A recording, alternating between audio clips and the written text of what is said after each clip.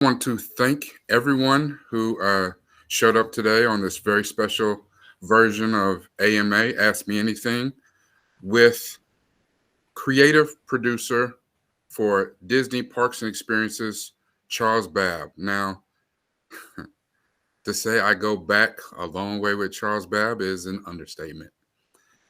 Charles has been in the technology industry for over 20 plus years. He is or has been even from his beginning days where he was a working at Tokyo Pop as a producer. His time at Sony working for PlayStation. Um, let's see, he's worked for Netflix. He's worked for Mhm, NBC Universal. mhm, And his latest foray is now with Disney Parks. But on top of him working, having a job in the technology industry, the other thing I think that's important to highlight is that he is an entrepreneur in the technology industry. And that goes from all the way back to the days in college and us doing Jet Setter Fresh mhm. to him being the CEO and founder of Fairchild Consortium, which you might want to speak to that a little bit, and many of the other side projects and side things. He is considered an expert in the field of augmented reality and virtual reality. He's done TED Talks.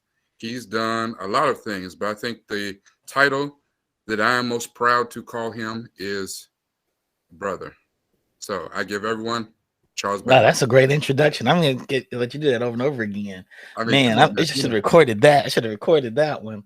That Actually, sounds it is amazing. recorded. So Oh, yeah, that sounds amazing, actually. I waited a long So, time to do that.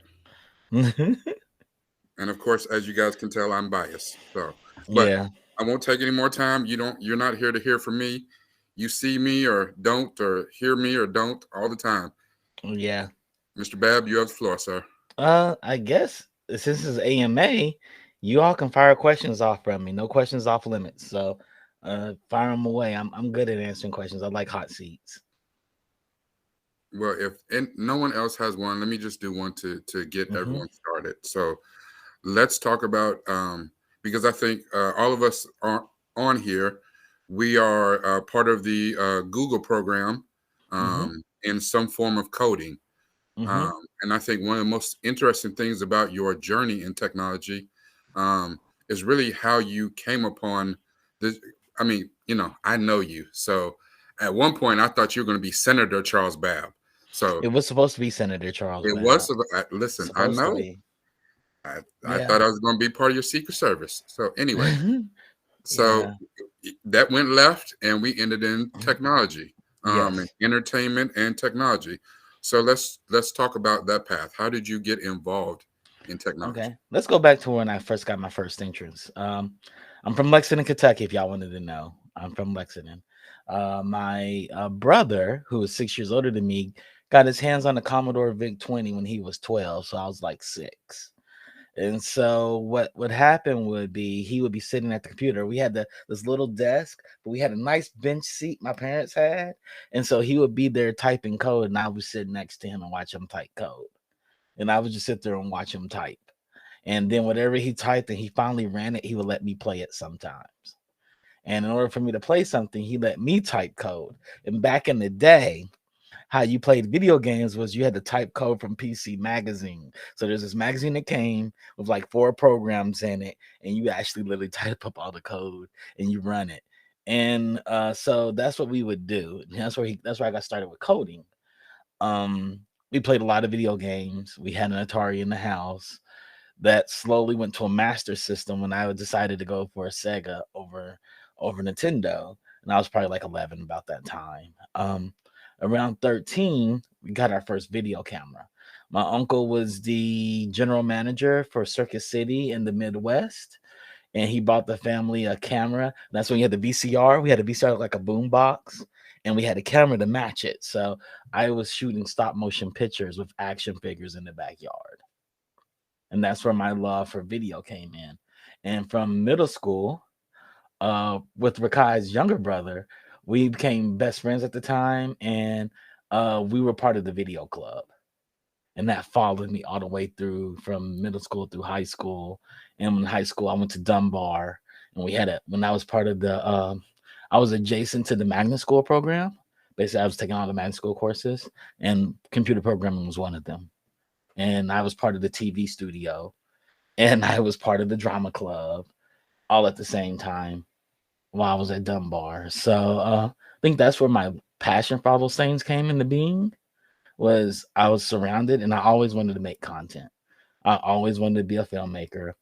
I've dreamed of making video games, but I didn't know where to start really. I didn't know what companies made video games back then. I wish if I was in California at the time, I probably would have found one, but in Lexington, Kentucky, didn't have any game companies. Um, then I went to Morehouse in Atlanta, and I kept with the film thing. Clark had a film program, but I just worked adjacent with people, and I was involved with the music industry more than I was film, and ended up on a lot of video sets. And I stayed in it.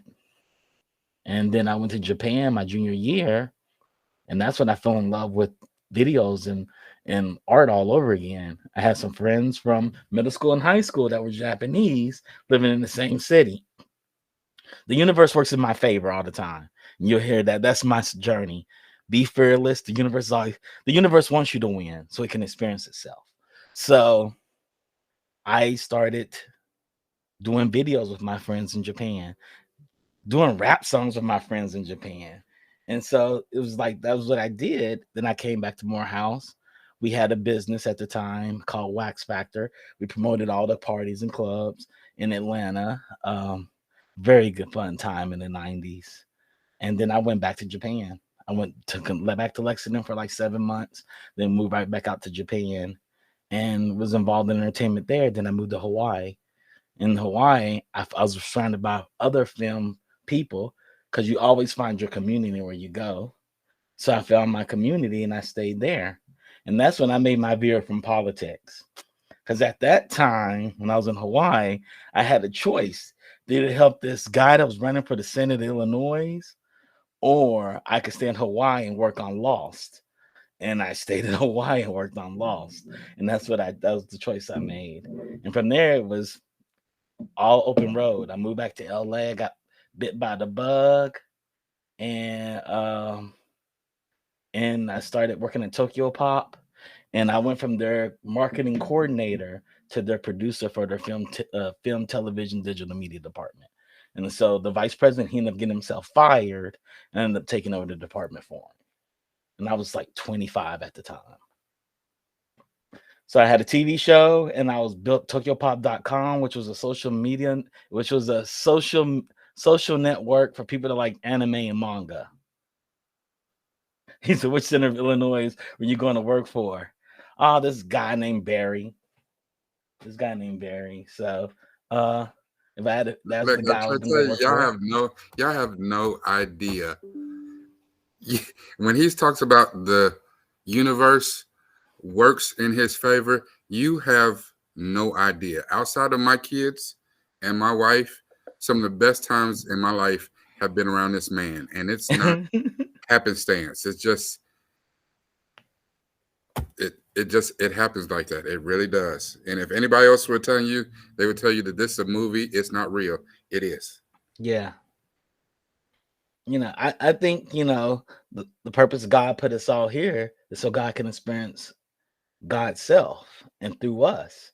So why wouldn't God work in God's favor? So just go and do it. That's how I actually look at it. So I just move in that way. That's my story in a nutshell. There's a lot of different avenues and creeks where I've fallen off and come back, and things have changed. I just wear setbacks very well. They're just badges. They're just badges to my coat of armor. So that's how I look at it. I know everyone has a bunch of questions here. Everyone, I'm sure they got a bunch of questions. I just want to throw back because I think when I first got really interested in technology and the stuff that you were doing was when you explained what you were doing with Tokyo Pop with their manga, that analyst job you had. Mm-hmm. Explain that a little bit. Yeah. So when I was at Tokyo Pop, we had MySpace was all the rave. Everybody was like MySpace, MySpace, MySpace.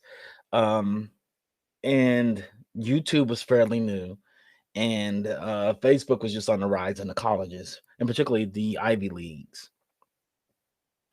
We got our access into Facebook, a couple of us did, and they were like, "Why don't we create a social network around people that like manga and anime, where they create their own personalities, they can upload their own anime, they can upload their own manga, we can sell manga via the network, and they can be in their community."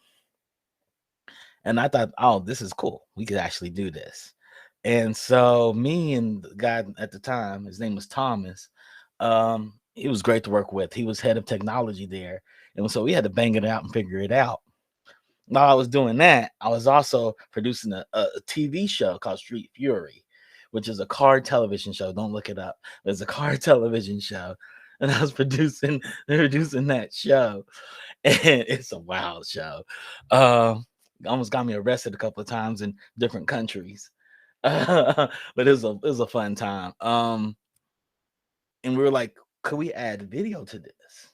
And we learned how to put more video for personal video on tokyopop.com. So we had personal video, images, had books, basically manga, fan pages, and we were running anime episodes all at the same time, licensed anime at the same time.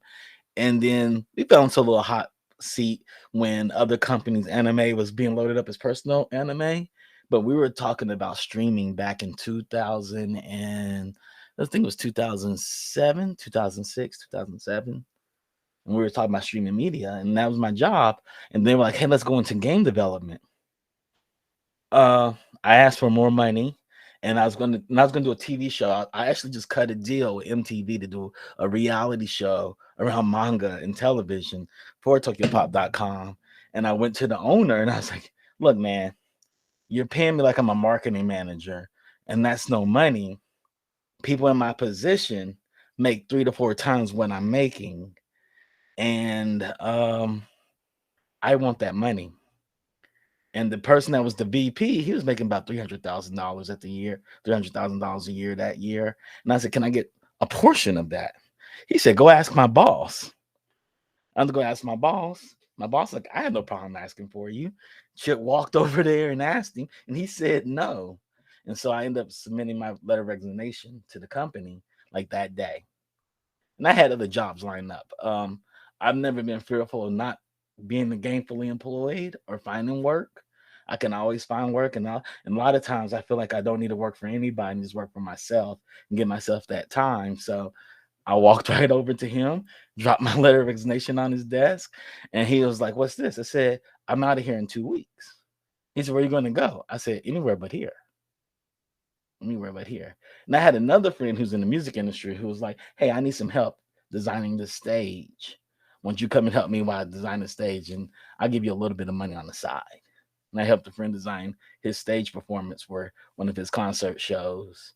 And I ended up getting hired by this company called New American Dimensions literally the next day. And they allowed me to build Jet Setter Fresh. They came in supporting Underground Live, which was our company we had during college. And they were like, "Hey, we're a marketing research firm, and we want to get into more ethnic and hip hop and things of that nature and international. Could you help us do that?" And I was pretty plugged in at the time. So they helped me promote that. So I left TokyoPop.com. It started up, and in literally a year or two after I left, it collapsed because they didn't have the same vision. They didn't know what to do with it. It was me and this other guy, and we both left at the same time. And that's when I had a really hard lesson. You never put your brain trust in employees. Your brain trust should be in the company because it can change the DNA of the company. And so I ended up going to New American Dimensions. We launched Jet Setter Fresh. We produce a number of events, fresh cuts, fresh produce, and we assist people on their tours and concerts. Fresh Cuts was amazing. It was definitely my money pit. And while I was doing that, I was also in grad school to make video games because Tokyo Pop was like, hey, we want to figure out how to make video games. And so I was like, I'll find a grad school program and learn how to make video games, then start making my own video games. And And Bob, so mhm, which artist was this that you got chose to do the stage stuff for? do we have to name him? Do I have to name him? Okay. It was Kanye. It was Kanye. And it was the Glow in the Dark tour stage design. I'm just saying. Yeah. So he's a friend because he used to sleep on my dorm room floor in college because his god sister's my best friend. She's my best friend. These are facts. There's Yeah. several things about when Chuck introduced me to Kanye that I cannot tell you about. Or I can, but it has to be in private. We can't talk about not on here. I tainted that young man. He was a good Christian boy when we met. Then he hung around Wax Factor and we ruined him. Mm, let's not talk about it. Mm-hmm. What's your name, boy? Aganya? Just get in the car. Oh, Somebody had their hand up. Ahmed has his hand up. What question you have? Awesome. Thank you for joining us today, sharing your personal experience and journey on this path. Ricard, Mm-hmm. thank you for making this happen. Dominique Churchill, no outstanding. problem. Just I just want to know three things. So, Mm-hmm. A is how do you, I guess balance your work life balance, your work life balance? Mm-hmm. What does that look like? B what I guess mentors, people along the way that have coached you along this path. And then the third thing would be what advice today would you give yourself in retrospect, 15, 20 years ago? Oh man. Um Work-life balance. I don't have any balance whatsoever, but I learned not to work at something that causes me to have work-life balance. I do what I love. And so when you do what you love, you never have enough time for it. I'm really good at time management. I tell everybody for 1 month, write down everything you do. Because people are like, I don't have time for that. And I just look at people like, really? I run a number of companies. I'm on like 7 boards of trustees of companies, and on a couple of nonprofits outside of those companies. And I think it's not that I make time, I just know how to bend time to my will. It's the only thing that I spend is my heartbeats. Only thing you spend, only currency you have is your heartbeats. And we don't know when that's going to run out. So, um, I made a point in my life a long time ago. If Rakai knows me very well, I don't care what people think of me. Yeah, I live with that, you know. Like I remember my aunt was passing at the time, and my mother was like, "Oh, you come to church with this Sunday?" I said, "Yeah." She's like, "Are you going to dress up?" I said, "Why would I dress up to go to church? I'm wearing what I'm going to wear." And she's like, "What would the people think?" I looked at her and I said, "You've known me 9 months longer than anybody else. When have I ever cared what people thought about me?" And she got real quiet, and my aunt looked at me. She said, "That's right." She goes, "When you're taking your last breaths, it doesn't matter what anybody else thought about you. It only mattered if you did what you wanted to do." So, always find something you get gainfully employed in things you love. That's a hard thing to swallow, and it's a lot of work to do that. But you can always do it. Like I tell everybody, when I start looking for another job, the moment I signed that award letter for a job. I literally, before I signed the award letter, I go online, apply to 5 other jobs that I definitely want, that are probably higher than what I'm probably worth, but I'm going to apply for them as I turn in this award letter. And the reason is because if one of these 5 call me in the first 90 days, I'm out. I'm out of this one. It doesn't even matter because I've learned that companies don't have souls. That's why they're out for money. I have a soul, so I'm out for memories. So I'm trying to make these memories out here. So I focus on that.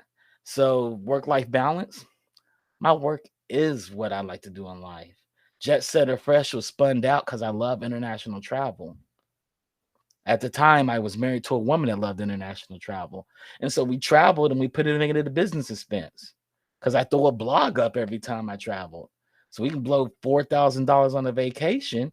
I write a blog and cover the whole entire cost of it.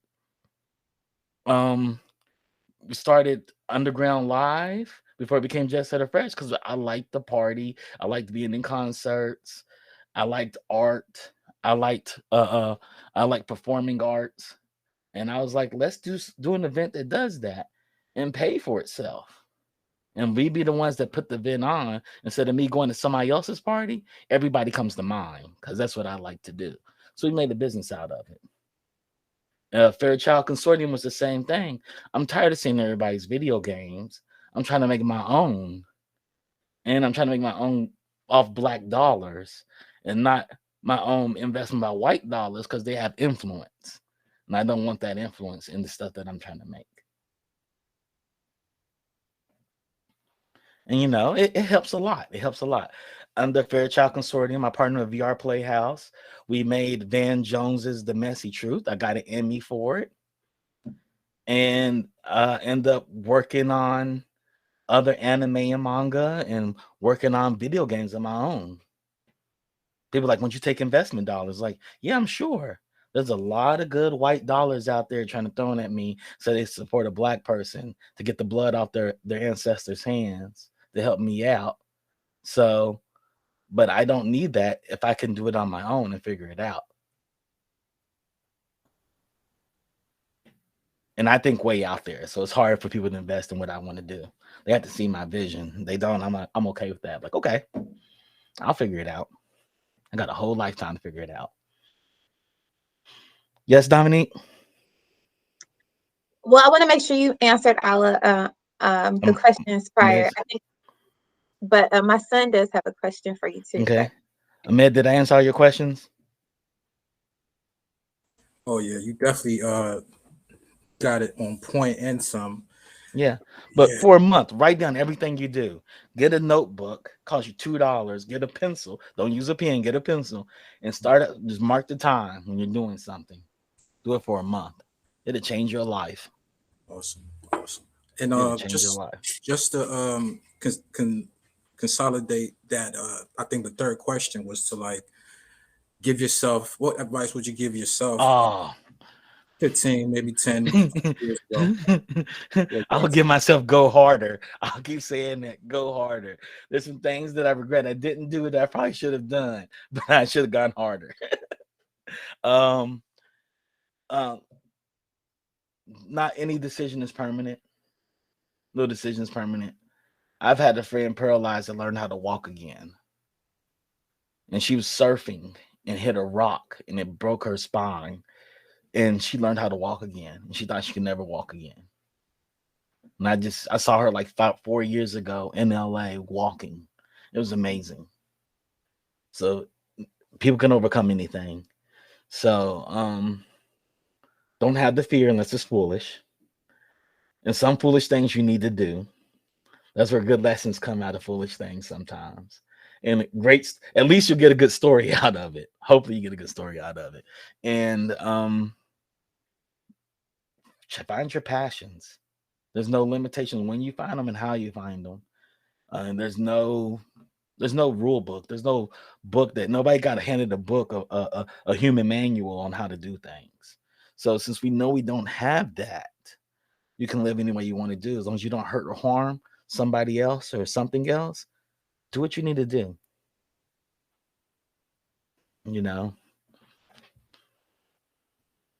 People don't become billionaires because they play by the rules. There's not a single billionaire did it based on what already exists.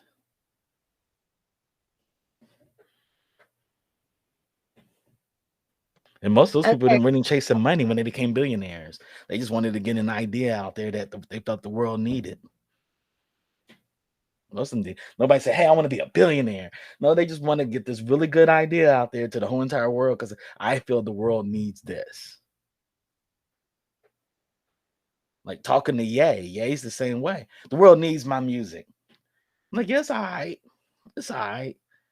And he feels to this day, he still thinks the world needs his music. That's who it is. I mean, that's what you do. But I'll tell my younger self to go harder. That was it. I had my lull years where I'm chilling, want to be a monk, want to live in Hawaii a little bit longer than I should have, probably. I enjoyed those years though. They were fun. They were fun. I think that's it. Yes, Neon Dominique. Okay, this is my son Elijah, and he has some questions for you. Go for it, Elijah. I wanted to know what anime and manga that you worked on. Anime and manga I worked on. Okay, animes that I worked on is Yasuke. I worked on most of Netflix's slate. Yasuke, Godzilla, Ultraman. And Chuck, that's because what did you do at Netflix for the time that you were there? I was the creative producer for Global Anime. What does that mean? That means I manage all anime that goes around the world. I make sure it goes to different countries from Japan, and anything that's made outside of Japan is anime like. I help creative produce it. So just so we're clear, Elijah, Netflix created this position for Charles. Yeah. They created it out of thin air, which meant that he got to watch anime all day long as his job. He got to travel the world and read manga and watch other anime. And then he decided if he saw a manga that he really liked, he would make the decision to greenlight it to become an anime. So like Yasuke, didn't you do Baki? Baki, Yasuke, there's a bunch of them. So many. That hasn't released yet. But Godzilla. He made the decision to have those turned into anime. I helped get Evangelion to Netflix, the original Evangelion. I pushed really hard to get that there. So I want to get Jujutsu Kaisen there, but that's something that was almost a no-go. That's my anime. Did you work on Great Pretender? No, I did not work on Great Pretender. It was something that was greenlit before I got there, but I helped get it across the finish line. That studio had a problem when the Kyoto shootings happened. A couple of the junior animators were killed in the Kyoto shooting. So with the Kyoto stabbing was like this guy went into the Kyoto school, stabbed a bunch of students, then caught the door on fire and burnt down the building and killed a bunch of students in it. But we helped get that finished though. That project finished. I like Great Pretenders. It's one of my favorite anime. It's a beautiful art style. I love it's Ocean's 11 on steroids. I love it. I helped get Cowboy Bebop to Netflix too, but I didn't work on the live action portion of it. They greenlit that when I was there, but yeah, I didn't work on that. When they started working on that, I left Netflix by that time. And I left Netflix. The only reason I left Netflix is because my manager at the time, she was like, you don't have to move back to Japan. So I was like, cool, I'll do the job if I move back to Japan. Then she left, ended up leaving the company. And the new manager, she was out of Singapore. And she was the first one to say, hey, I want to put everybody in region. And being in region means you go to the country of the origin of the properties you work on. So we had somebody that worked on Korean dramas. She moved to Korea. A couple people moved to Singapore. And I was supposed to move to Japan. We had a couple people move to India because we were all Pacific region. And she was like, you want to go to Japan? I was like, no, I'm not moving to Japan. I'm not moving back. And she begged me to move to Japan. And I was like, no, I'm not going to move. So they told me I could find another job for the company.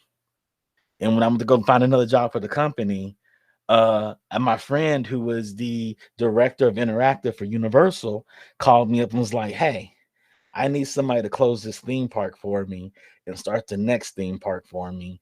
And my boss loves you. What can we do to get you to leave Netflix? I said, nothing. I'm about to leave anyway. He's like, what? You just got there a year ago. I said, they're trying to make me move to Japan, man. I'm not moving back to Japan. I'm not moving back there. He's like, really? I said, I go there every month and it's a lonely place. And I'm older in life. I'm not in the same place. So I was like, what you got for me? He said, interview with the presidents, and that's all I'm gonna say. And the vice president, see if they like you. I was like, all right. So I did an interview. They sent me an award letter like the following week. I said, I can't come for 90 days because I want to leave Netflix and close all my projects off. And they're like, well, that's cool. They let me close my projects off, and I went to them next. But yeah, when I left, that's when they started the green light all of Cowboy Bebop. And then I also want to say this about Chuck too. One of the things that I think was amazing and also courageous that he did, I guess from my standpoint, was even though Chuck spoke Japanese, he'd taken Japanese, he lived in Japan for a while. It had been a while since he lived there and was totally immersed in it. And so when Chuck started first talking about this, where he had to move in region, I knew he had no interest in moving back to Japan. But just what he did on a day, he enjoyed what he was doing. Netflix was a great company to work for. And so I remember I asked him, I was like, well, why don't you consider, moving back to Japan? I know it's not what you want to do or whatever. And he said, yeah, but it's two things. And I had never thought about it like this. He said, well, one, I don't want to move back to Japan, so I'm not. I was like, okay, I get that. But he said, two, to me, I remember he said that even though he could probably pick up and become fluent in speaking Japanese again, he realized that he didn't write it or read it fast enough and that he would not be able to keep up with his emails and the speed of business. Yeah. And he said, all I'm going to do is take the job and they'll be great.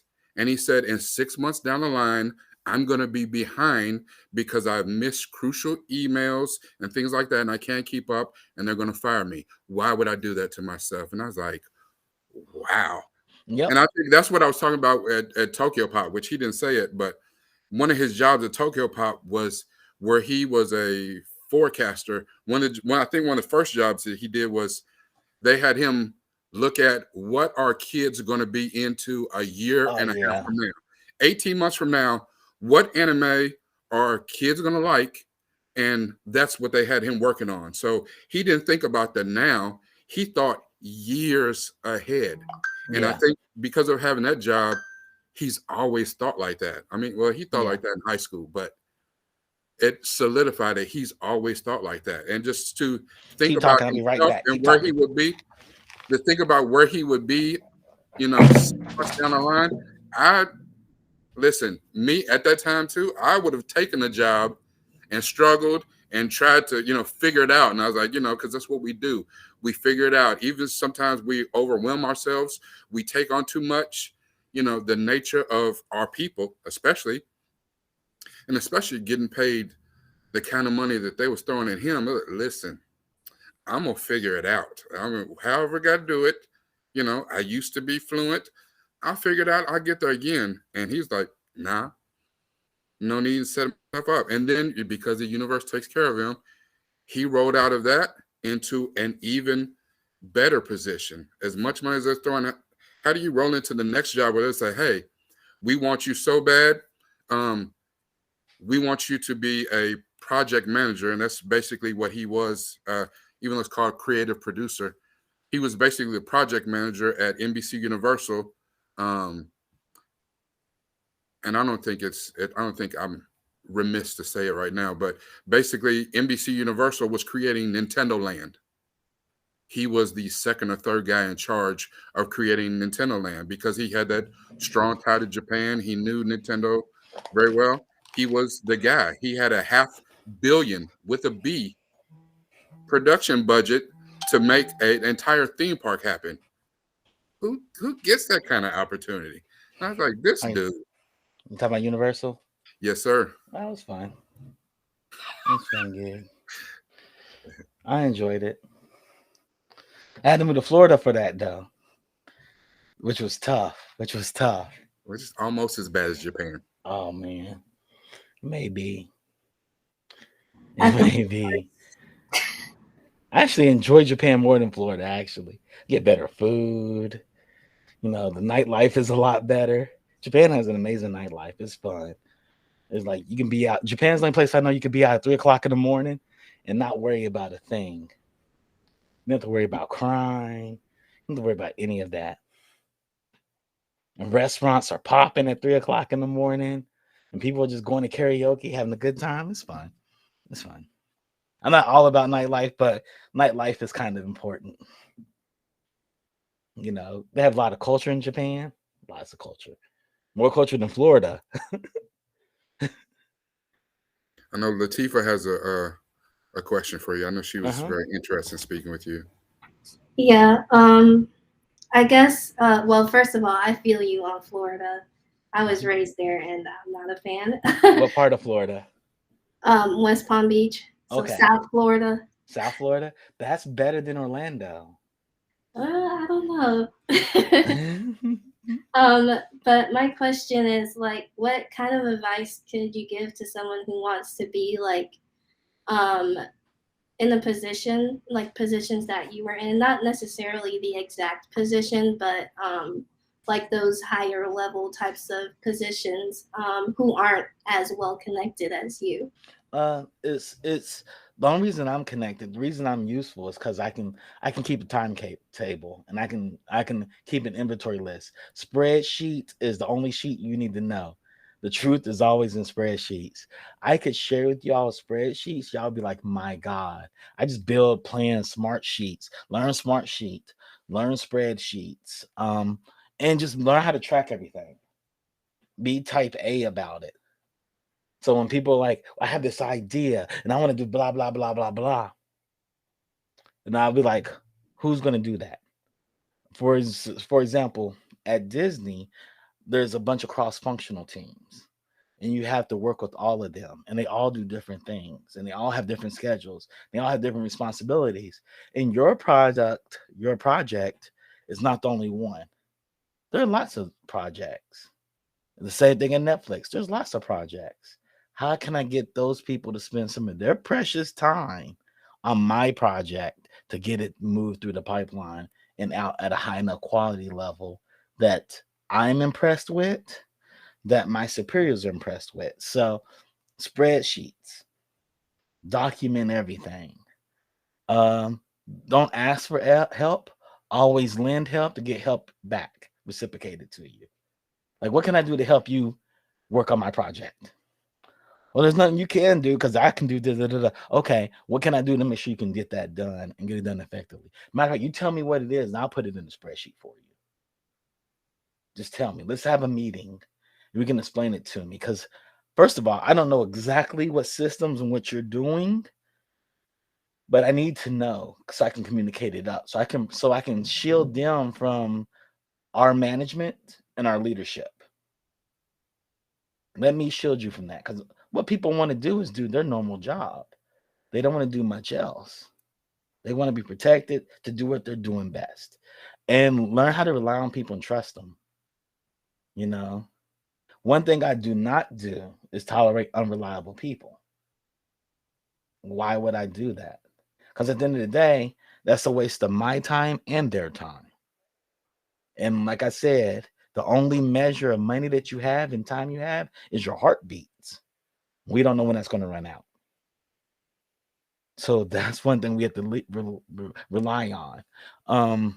What else can I tell you to do? Always apply to jobs that you're not qualified for, that you're slightly out of the qualifications for. Do both. Go to one that you're slightly out of qualifications for, and those that you're majorly out of qualifications for. You have to move with the audacity of a mediocre white man that's always won. You have to have that audacity. We like telling ourselves, you can't do something. You can't do something. Why not? One thing that I know that Ye always talks about, he will fire you if you say can't or don'ts around him, because he was not supposed to exist. They said he's not going to make it because he's not gangster. He wears pink polos and green polos. He wears a backpack. His whole existence was never supposed to happen. He's as iconic as Michael Jackson now. You know, so he won't tolerate it. He won't tolerate can't and don't.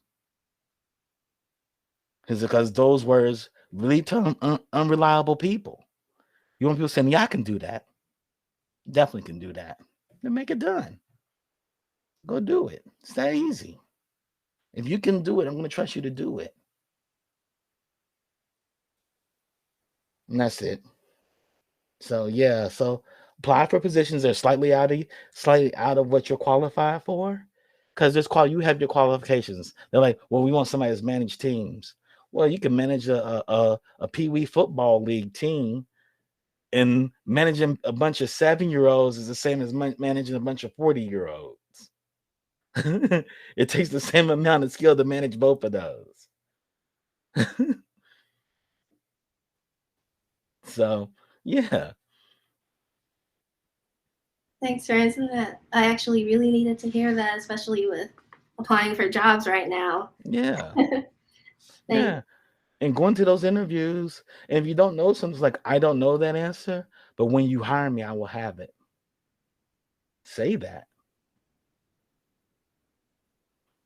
Not going to interviews saying, you're not interviewing me. I'm interviewing you. Because at the end of the day, I'm giving my lifeblood to you. I mean, you give me exchange from what? Money? And some insurance? Okay. There's a bunch of other places willing to do that too. You just have to apply for them, and don't be afraid to go after them. You know, you all probably looking at jobs in your area. Look at jobs in California. Look at jobs in Dubai. Look at jobs in Nigeria. You know, trust me, there's a million places. My best friend, she's right now in Qatar. You know, Qataris, they have a universal base income, and they allowed her to have universal base income. A universal base income is like 180 grand a year. I'm like, what? And she teaches teachers. That's what she does. She's a teaching coach. And her whole idea was, her husband passed away. She wanted to get out of the country. So she grabbed her 5-year-old son at the time, 6-year-old son, packed him up on the plane. They went to Qatar. That boy speaks Arabic now. And people are like, why would you take him and put him in a Muslim environment? Blah, blah, blah, blah. And she didn't hear anybody say that. That was not what she was into. She was like, I want to protect my son. I want to show my son the world. Man, that boy is having a great life right now. I want that life.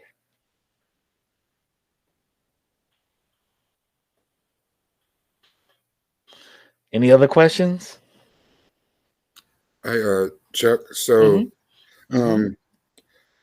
we on here are ending or approaching the end of our schooling period with Google, this program that we've been in. And there are some people on from the first two cohorts. Some of us are in the first cohort, the Android, Kotlin, and some of us are in the cloud cohort. Majority of people on there are into coding, and I know that hasn't been your particular area. Oh, not at all. However, I mean, I know you cover it all, but however, what advice would you have for those of us who are maybe not as inclined with the creative aspects of your journey, and going more into like DevOps, senior dev, more into coding, like, because I know that you've worked with everyone. So yeah, I do speak the languages of everyone. That's one thing. Latifa, that's another skill to have. Speak the language of all the departments. Engineers speak differently than design. Design speaks differently than art and animation. They all speak different languages. Take the time and show some respect and learn their languages. And you speak the language of production. It always gets you in a good position, because people always need to herd cats. That's basically what you do. You herd cats. For those that like coding, continually code. Look at what's future-proof yourself by looking at what's coming. Don't get good at what's good now. You should get good at what's good now just temporarily, but always be looking to the future. I have a really close friend. His name is Noah Stein. Noah is probably one of the best C++ engineers because of Unreal Engine, because he's looking at the standard of Unreal Engine 5, which hasn't even launched yet, really. He's been looking at that for about a year and a half, and developing his code skills for that. He's never stepped foot into as an employee to companies. He's always contracted out to companies, and his contract rate is crazy high. Like his hourly is like, wow. He said that's why they only need me 20 hours. And 20 hours is enough to cover him for like a month. To cover me for a month. They might cover everyone for a month. But he's like, that's why they didn't need me for 20 hours. Because he'd rather spend his time doing other things. He'd rather talk to me about script writing and his movie ideas and stuff. But he's an expert coder, and he just takes the time to learn the new standards. He says most of coding is practicing and learning new standards. If you do that often, you don't have to work as much. So there's some coders that work all the time. They grind. They're code monkeys. They go in there. They do all the hard work. And they're good at that. They put out a lot of fires. Then there's some people where they learn the future of coding. And so when people hit that wall, they bring that person in to get them. When they hit that gap, they have that one person bridge them across the gap. And he's that person. He said, sure, the other person can do it, but they do it under a pressure crunch where I already know what to do. It's kind of like the analogy where the guy was trying to get his ship fixed. He couldn't get his ship fixed. And another guy was like, I can fix your ship for you. And he's like, how would you fix my ship? He was like, well, pay me 20 grand. I'll show you. And he took a hammer and hit one part of the ship and everything worked properly. The rudder worked properly. And he was like, why would I pay you 20 grand for that? He was like, because I knew what to do. You're not paying me for what I did. You're paying me for what I knew. And you could have paid all those other people. They would have never figured that out, but I already knew. And that's what he is. And so you have to pick which one you want to be. And there's no right or wrong for that. I have friends that love putting out fires. And they want to be that engineer. When you call in and you have a problem, then I have my friend Noah, who is like, I may not get as much work, but I get paid a lot of money to do the minimal work I need to do because I'm the one who bridges that gap that you don't have. And he takes the time to figure that out.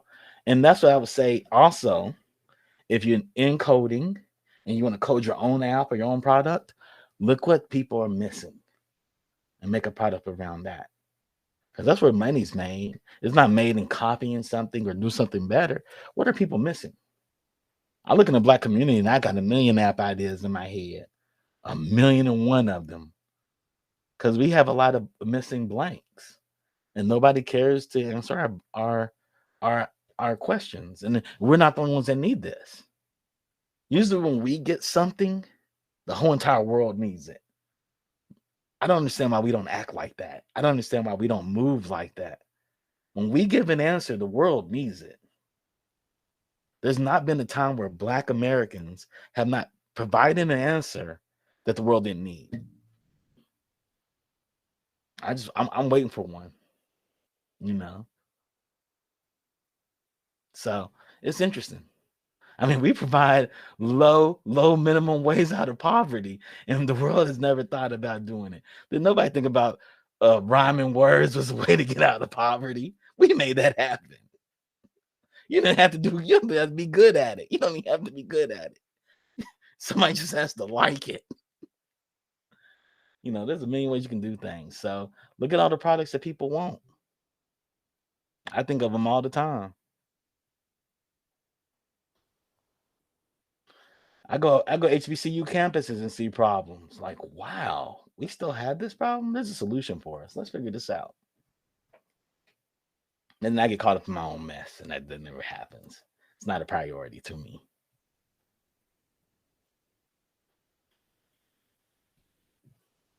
Any addition? Yes, Dominique. Okay, so I just have a fun question on did they give you anything? Because I feel like your story is based off Dwayne Wayne from a different world. No.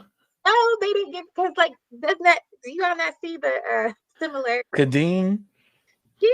That's my homie too. Dwayne, that's my homie. That's the homie. Like he went to HBCU. Yeah. And he went to go work at a company in Japan, and he was konnichiwa. Like, do we not? Anyway, but But really, can you tell us like, you told us a lot about what you know, your pathway, but like, Mm-hmm. tell us more about like today, what you have going on. Are Oh you in a man. to put people in position? Because that's exactly, you know, like Latifah said, we're looking for jobs. So tell us what your day to day is now today. Oh man. My day to day is definitely different. Being single gives somehow I got more time. It's the thing that happens, you know, because relationships require cooperation, and cooperation means there's some work and some things you have to do to in it. Being single for a couple of years, I have spun up more companies. So I have a podcast network. It's called the Geekish Network. We have a total of 9 shows on it. We have one show that runs Monday through Friday. I'm on that show. It's similar to Skip and Shannon's Undisputable or First Take, Stephen A. Smith's First Take, where 30 minutes we talk about geek news.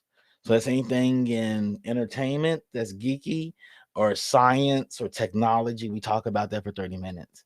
It's usually 3 of us, but recently it's been 2 of us. We just have a conversation about the geek news. We have another podcast called Binge Worthy. I have to binge a whole entire TV show every week. I'm able to binge like 3 TV shows a week. It's ridiculous. I need to get more sleep, but I don't. We're going to do Peacemaker this week if y'all want to watch it. It's gonna be an awesome show. It's gonna be an awesome show. And then we have Technubians, which is the video game developer podcast, all Black. And the Geekish Network is people of color. My business partner is Filipino, and I'm Black. And so we've said we have a voice, and there's not a network, and we're not just a podcast network. We're a live streaming podcast network. That means we live stream a show, chop up the audio, put it on the podcasting networks out there from Apple Music to Spotify. Then we leave it up on. We had the video that stays on YouTube. We cut clips out of it. We do this for 9 shows, and we're expanding. And our goal is to have a 24-hour slate and to create a virtual production studio here in Los Angeles to teach people of color to get into virtual production, so they can go out and work on The Mandalorian, so they can go work on Lord of the Rings, and they can go work on Game of Thrones, the new seasons, so they can do things like this. And we don't have that avenue, so we're going to create that. That's the new business idea, and it's going to be backed off of us just talking. Like I was like, podcast is the new rap music. Let's run with it and make this money and build up this actual studio.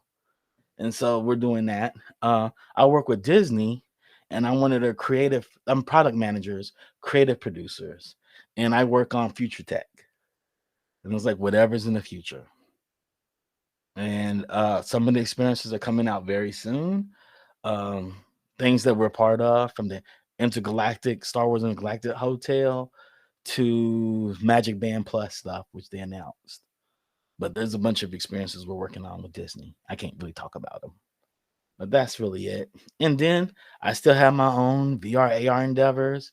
I have my own anime I'm trying to build up myself and learn how to fund the anime studio, not just here, but I have another venture coming up in New Zealand.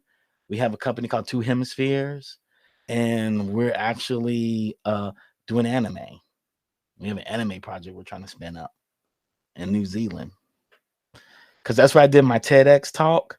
I met this guy and we bonded, and he's like, "Hey, what do you want to do?" I was like, "I kind of want an anime company." He's like, "Me too. Let's talk about that." And he hit me up, was like, "I got a little bit of money. Let's figure this out." I was like, "All right, let's figure it out." And so we're figuring it out. So I'm writing an anime as we speak. Writing 2 of them, actually. You know, it's just finding time to do it all. But yeah, that's it. I'm part of the International Game Developers Association, which is a really good association. I'm a lifetime member, and I used to run the LA chapter. I was the chairman of the LA chapter at one point. Now I was one of the directors of Next Gen Leaders program. Now I'm going to move over to the HBCU program they're spinning up right now. Hopefully, Janae picks me. I'll move her to her program. It's her program. Don't forget what you're doing with Tech Lamerck. Tech Lamerck too. Tech Lamerck is a nonprofit here, and we're trying to bring technology to South LA.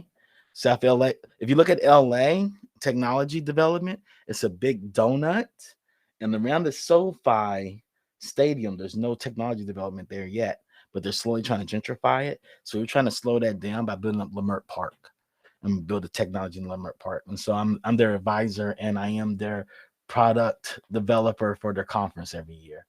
This past year actually was my big conference, and I'm trying to do all their programming from here till the conference in September. And that's with Riot Games. We have something with Vector 60, which was Nipsey Hussle's incubator program space. We do a lot of different things with Tech Lamerck. And that's a really strong team. It's from this man named Rashidi. He works for Sony, and his wife Sunny, she's a realtor, and they realized that, and they developed this program that's filled with tons of amazing Black people in the technology space. So everybody's connected. I said connect to me on LinkedIn, and I have no problem plugging people in anywhere. But I tell you, if you're looking for a position, don't look in your area, look beyond your area. Look at a place you want to go. I moved closer to Florida to be closer to my family, and I've never seen my family less. I saw my family more living in LA. Then I realized it doesn't even matter where I live, because I was one of these tough people. Like, I build community everywhere I go. I can live everywhere. I got in Orlando. I was like, what am I doing here? This is not my scene. My scene is LA. I helped build the Black tech community in LA. Orlando doesn't have it. So go find it. Go find it. And since we can all work remote these days, and the world realizes we can work remote, you can find around you. But you need to be in a space of creative people. Creative technologists. What is your... So, like right now, your 9 to 5, I mean, and I know it's not 9 to 5, but Monday through Friday, when you wake up in the morning to when you get off in the evening for Disney, what is that like? Because I know that's completely different than anything you've dealt with before, too. Okay. Yeah. So my routine starts, I get up around 5 o'clock in the morning, 4 or 5 in the morning. The number one thing I do is get out of bed, make my bed. I make it, then I meditate. I get up. I throw on a podcast. Usually by that time, since I'm on the West Coast, it's Up First from NPR. It's 15 minutes. And as of late, NPR's Up First has been quite depressing news. It used to be better, but it's quite depressing. And I go from that podcast to another podcast. And that could be an assortment of podcasts. From Questlove's podcast to half of Gimlet Media's podcast to what's the other NPR podcast I like that's Black? That's about race. Let me look at that real quick. Hold on.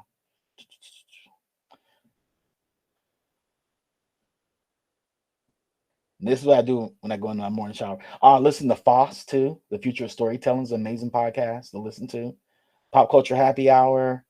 The Future with Chris Do. Chris is a dope human being. The Future is THEFUTUR. Chris will get you inspired no matter what. Every topic he has, he'll have you inspired. He's like Gary Vee, but he's a real person and not this make-believe character that made his money off his family's winery because he put up a website. Chris Do was somebody that actually made it happen. Then I would go into a comedy album. In my shower, I always put on a comedy album because I believe everybody should laugh in the morning. It'll set your day right. So I listen to old Richard Pryor, Eddie Murphy, Robin Williams, Patrice O'Neal. Who else I listen to? Bill Burr. Sometimes Dave Chappelle, Wanda Sykes. I listen to Samora. I go put on Def Comedy Jams and just laugh while I'm taking the shower. It's magical. It's magical. Then I go have breakfast. Then I go into my walk. Then my first morning meeting starts at 8:30. And I walk back home by 8:30. Then I go into my next stand-up, which is at 9:00. And then my day at Disney goes from 8:39 to about 6 or 7. As of late 7. I get off at 6, make some dinner, basic dinner. And, I'm a functional cook, not an exquisite cook, a functional cook. I'm trying to get there. I'm thinking about picking up cooking classes. And then I set up for my next podcast, which starts at 6:30. So I get in the production meetings. Luckily, I have another friend named Carl. He goes by Defunct. He actually does all the stories for the Geek Beast. 7:00, me and Trey go over the stories. We have a special guest then, or one of the other hosts named like Summer. We'll go over all the stories. Podcast from 7:30 to 8. 8:00 depends if we have a second show following up or not. And then I will watch that show, and while I'm doing something else, then I'll probably watch an hour or two of TV, play an hour or two of video games, pull up a book, and fall asleep. I'm in bed by midnight, and I'm up by 4 or 5 the next morning. I only do 4 hours of sleep. Do I advise that? I absolutely do not advise that. But I've been doing it since I've been like 15, 16. And I take intermittent naps throughout the day. I do have nap time set up. I always have a good nap. Even lions take siestas in the middle of the day. I tell everybody, take a siesta. That's how we're supposed to live.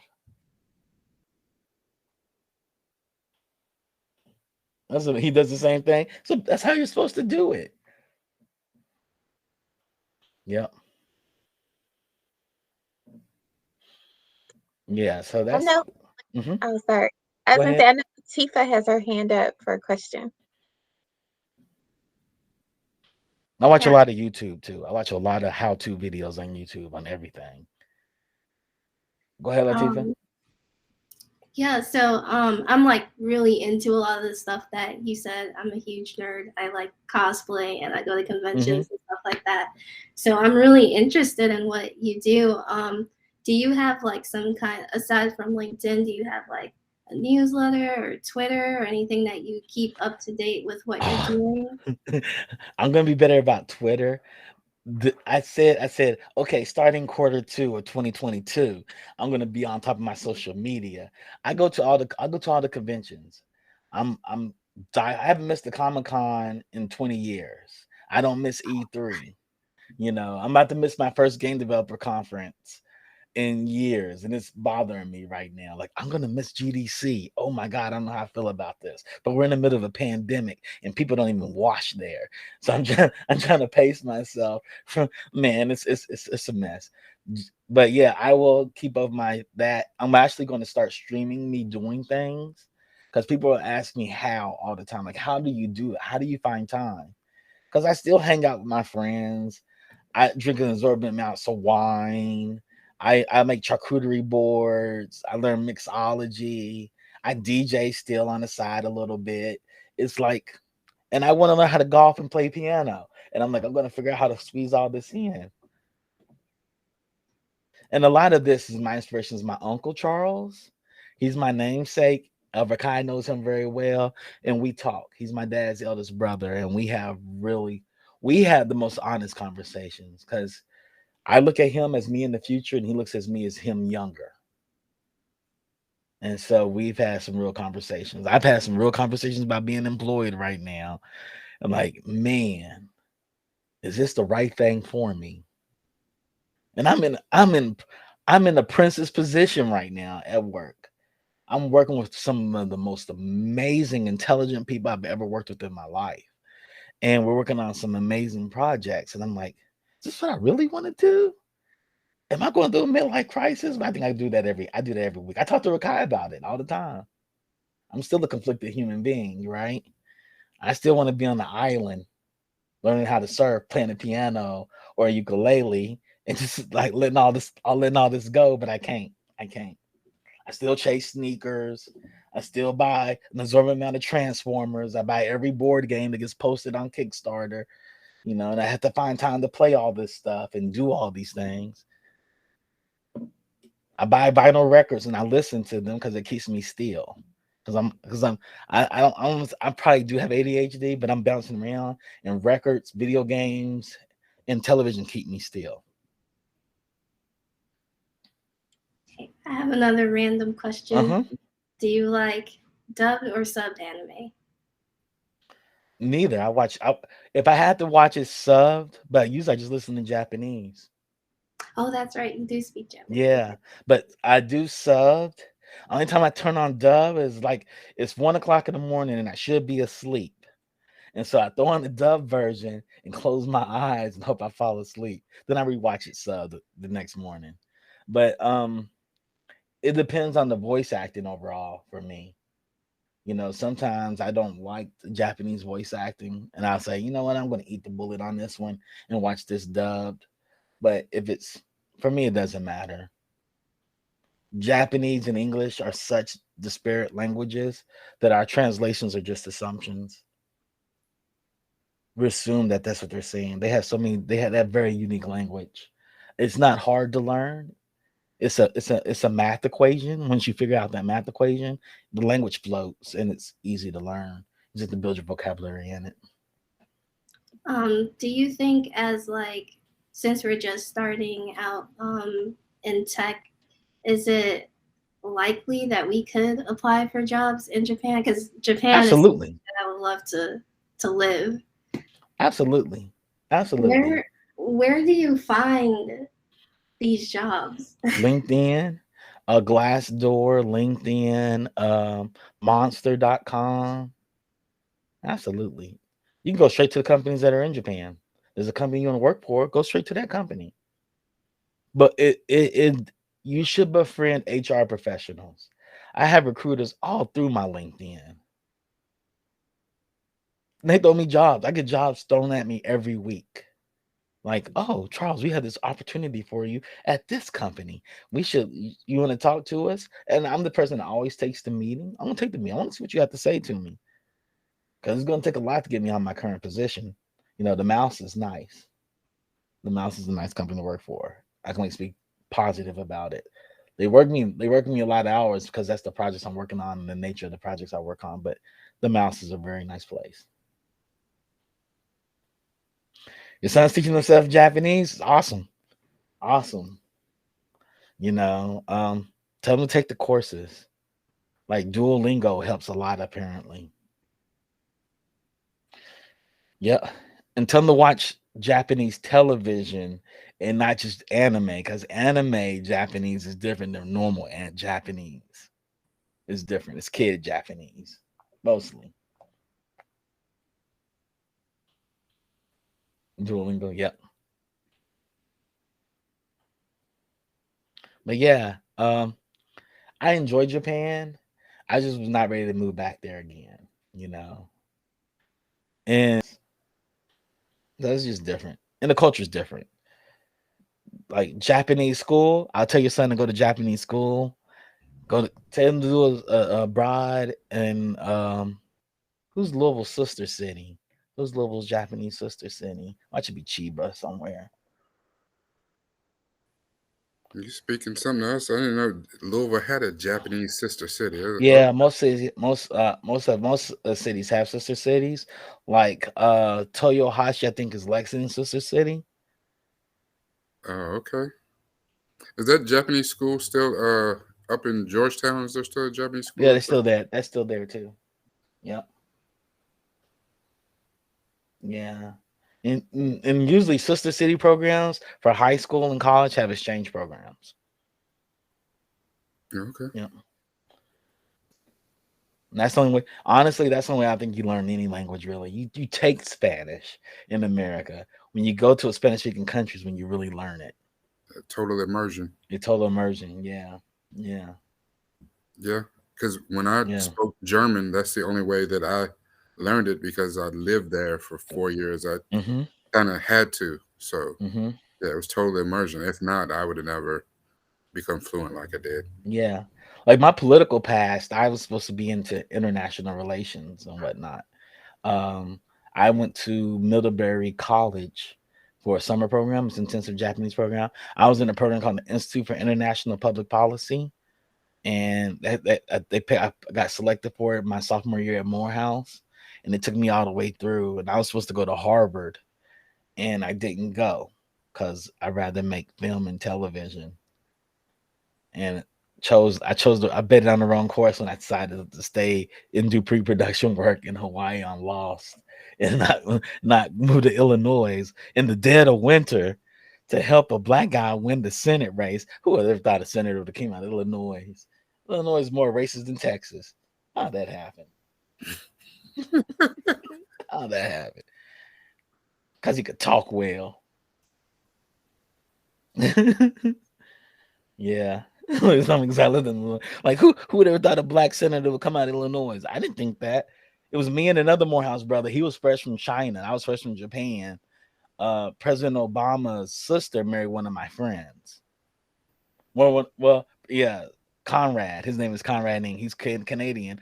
He's a Chinese dude that does film, and we met in Hawaii and became like good friends. We worked out of the same office basically, and he was like, my future brother-in-law is going to run for Senate of Illinois, and he needs some people like you. I talked about you and DL.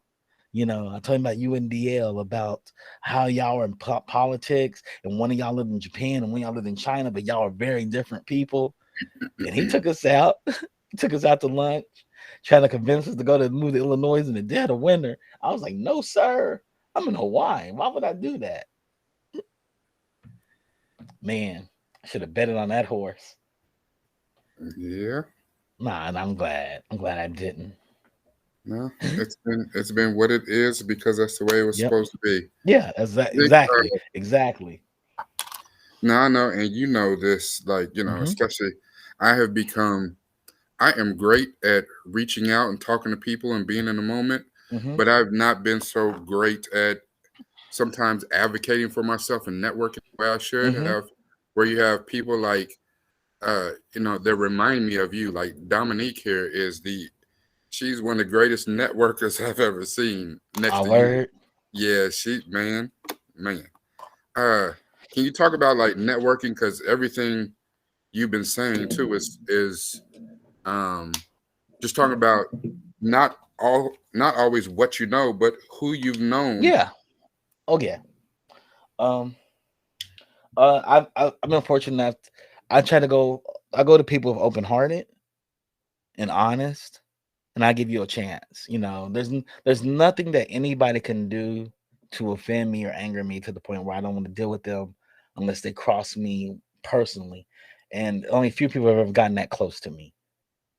So me networking with people, I'm fearless about it. Walk up to anybody and just start talking to them. Everybody has a story to tell. They just need somebody to listen to it. So I'll listen to you. I may use your story in the bar one day. So I listen to their story and talk to who they are. I'm curious. And I try to bring joy wherever I go. So I'm excited about your story. The stories are interesting because we all got here in different ways. And so that's one thing I do. So I'll work a room, smile, and I don't really have to. Rakai's been with me where I just come in I try to be a bright person all the time. But always the candle in the dark. So when I walk into the room, people usually draw to me, and I'm not, and it's hard to weird me out. It's really hard to weird me out. So I'll listen to anybody talk, as long as it's not talking about something that is dire or damaging to children or whatnot. I'll listen to your story. Tell it to me. And you meet some of the most interesting people that way, who know some of the most interesting people. And when people realize you're an ear and you're welcoming and warm, they'll come and talk to you. And I don't have to be your best friend. You just have to be in my network or circle, because I've never been in a room saying, how can I get cool with that person? I'm always walking in the room like, why aren't you trying to be cool with me? And just work in the room that way. Just be that person. And I'm fortunate people come and talk to me. I got this idea. Oh yeah, you got this idea? Because we talk about creative process. I'm the process guy. Everybody can be creative. New York subways are full of creative people. There are people all over SoundCloud that are creative. They don't have a process, so they can't release a product. I'm the process guy. I just happen to be creative. And the reason I'm the process guy, because I've been creative most of my life and figured it out and try to help people out that are creative. You sit down and just listen to people. And sometimes they want to listen to you. Sometimes they don't. But sometimes, most times, I don't want them to listen to me. I don't need them at that time. I just need to be able to chart where their trajectory is going and what they're doing. And if there's something that I need, I'll approach them when that time is right. Because there's nothing better than being somebody's day one. You know, I'm a lot of people's day one. I'm the person they entrust with their idea. They talk about their idea. I push them. They get beat up. They come back. They need some encouragement. I push them. That costs me nothing. Costs me nothing. Then that idea blows up. I'm the one they bring in on the idea. Like, yo, can you be a part of this? You can put a little bit of money down on this idea. I want to work with my idea. Make this work for me. I'm that guy that's like, okay, I'll work this out with you. So when I first left teaching in 2018, about 4 years ago, I told Chuck, I was like, you know what? I think I want to get serious and go into tech. And he's like, okay. He said, let's go to this conference. So he invited me to my first conference, and I flew out and we went to the Oculus 5 conference. You know, I think Oculus had just been purchased by Facebook at that time. So the keynote speaker for the thing was Mark Zuckerberg. And I'm like, you know, feet away from him. And the one thing I remember being at this amazing conference all about VR and technology and things I'd never heard of, never seen. Walking around with Chuck is probably the wrong or the best person to walk around with, because he is a freaking superstar.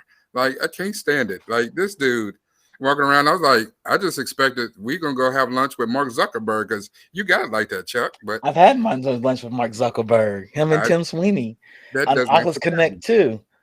I walked into the room and I sat at the table. They're like, are you supposed to be in here? I said, nobody told me I couldn't be in here. And they're like, oh, just stay in. And that's serious. He means that. He does that all the time. Yeah, all the time. Why wait in line? Just cut to the front. And it's not just stuff out there. He did that. We went to Derby here and he did that. And I was like, he was more popular than the NBA people that was at the place. I was like, this dude. But I say all that to say that everyone would walk up to Chuck. If they didn't already know him, the way other people would talk about him always seemed like other people would be like, I need to know that dude. I need to know who is that guy that everybody's talking about. You know, and he is humble, he's personable, he's warm, everything that he said. But I think the thing that he didn't say, because he's humble, is he's memorable. He was always memorable to people. I've had people, you know, that was 4 years ago. I've had people approach me on LinkedIn, on Facebook, and say, hey, remember I met you at the Oculus conference? And I'm like, oh, okay. My memory is shot these days. I'm old. My memory is shot. Yeah. I can't remember anything. So they're reminding me how they know me. But it always comes to, remember I met you with Charles. Okay. Yeah. And he's always that linchpin. So everything that he said is fantastic advice, but also in networking, find a way to be memorable, because you don't want to have to explain to people again who you are, how you know them, you know. And I've always said this about him in any format. He has a magnetic personality. He attracts people to him. Just people want to be within his sphere of influence. And it is a magical thing to be around. And I don't mind saying it. Like I said, I believe in giving people their flowers while they're here. And, you know, and I truly, truly, truly love my brother. One of the things I said about being in tech is that one day I hope to get to work on some project with him, not because of nepotism or not because he threw me a bone, but because I deserve to work on that project with him. And I worked my way up. So, you know, I know it's only a few of us here and we're still recording for anyone who did not make it. But, you know, I could talk about Chuck all day long. You know, this is my brother. bro. For y'all to ask me the hard questions. Like, Well, why'd you and do this? maybe they didn't know what the hard questions to ask you were. Oh man. Like, do you get frustrated all the time? I deal with frustration all the time. I don't wear it. I have a high level equanimity, and I think I built that over the years. I think it started building. So my first job was micro city government, where I gave away free lunch for $4.25 an hour, and that was my first job, micro city government. And being a suburban black kid out of working class community, going into the black neighborhoods, I was definitely different. Definitely, but I was different in my middle schools and You elementary still had to schools. I was like, overachieve there. yeah, You yeah. became the mayor I of the became the government. mayor. Became the mayor, Yeah, we Micro. worked there together, and he Uh-huh. became the mayor of the government because that magnetic They're personality. like, what the hell is micro city government? That's way before most people's time. Yeah, It was a nonprofit organization in Lexington, Kentucky that taught black people, black kids in particularly, how the government works. Because Dr. Berry believed in order for us to make a difference, we had to know how systems work.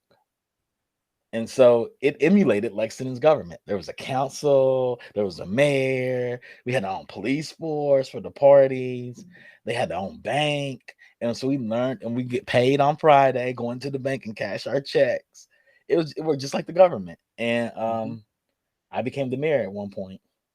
Then I had to forcefully resign because I thought I was super pro black at the time. I thought I was Malcolm X. And and that's what I act like sometimes. Then I was Malcolm X, but it was just I learned to be personable because Ron was that way, and Ron could talk to anybody, and he walked around without fear. There's no reason to be afraid of anybody. I've never feared teachers. I've never, I realized probably second grade I was alien to everybody. There's things I wanted that people wouldn't understand why I wanted them, and it's not for them, and their thoughts of me are not for me. I learned that too at a young age. Whatever somebody thinks about you does not concern you. Just be the best human you can be. It costs you nothing to be the best human. And so that's the personality I walk with. So people do walk up to me and talk to me. At the conference, everybody talks to me. I befriend everybody. People are like, I don't like that person. Okay.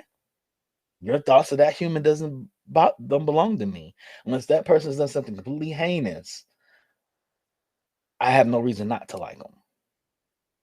So people are like, I don't care about that, So that's the whole thing. You're welcome. You're welcome.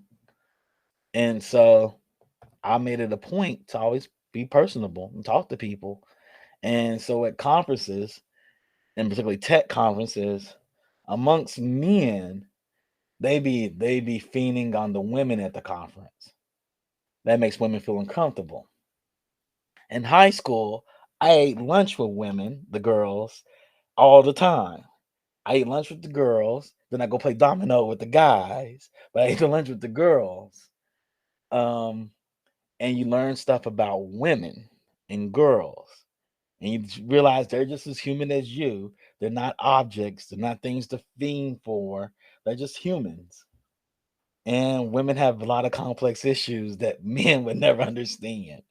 They think different. It's beautiful. It's beautiful. So knowing that, the women at tech conferences feel comfortable around me. And guys think I'm cool because of that.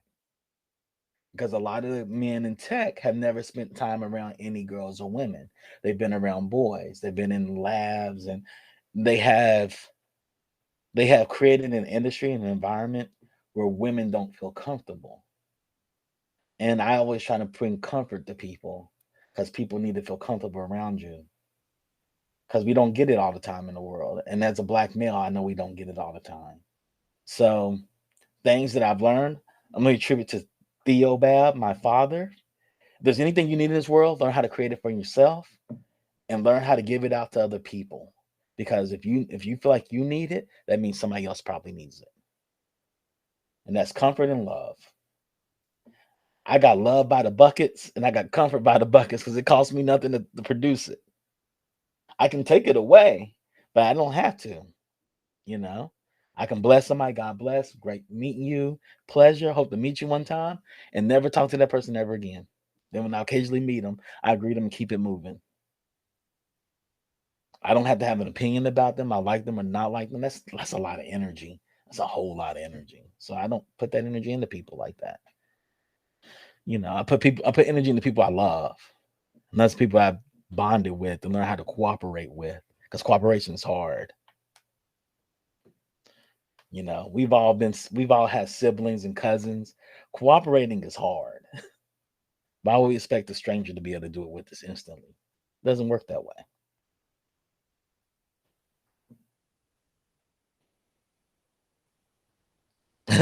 Morehouse being magic. Yeah, they call it the Morehouse Mystique. Yeah, I have it. A lot of Morehouse guys don't have it. They learn it from people there. It's so funny. I talk to my childhood friends. They're like, "You've been the same person since like first grade. You're like the most consistent person." I was like, hey, I'm simple. I like pizza. Give me pizza every day. I can eat pizza every day. I like peanut butter and chocolate. Okay. You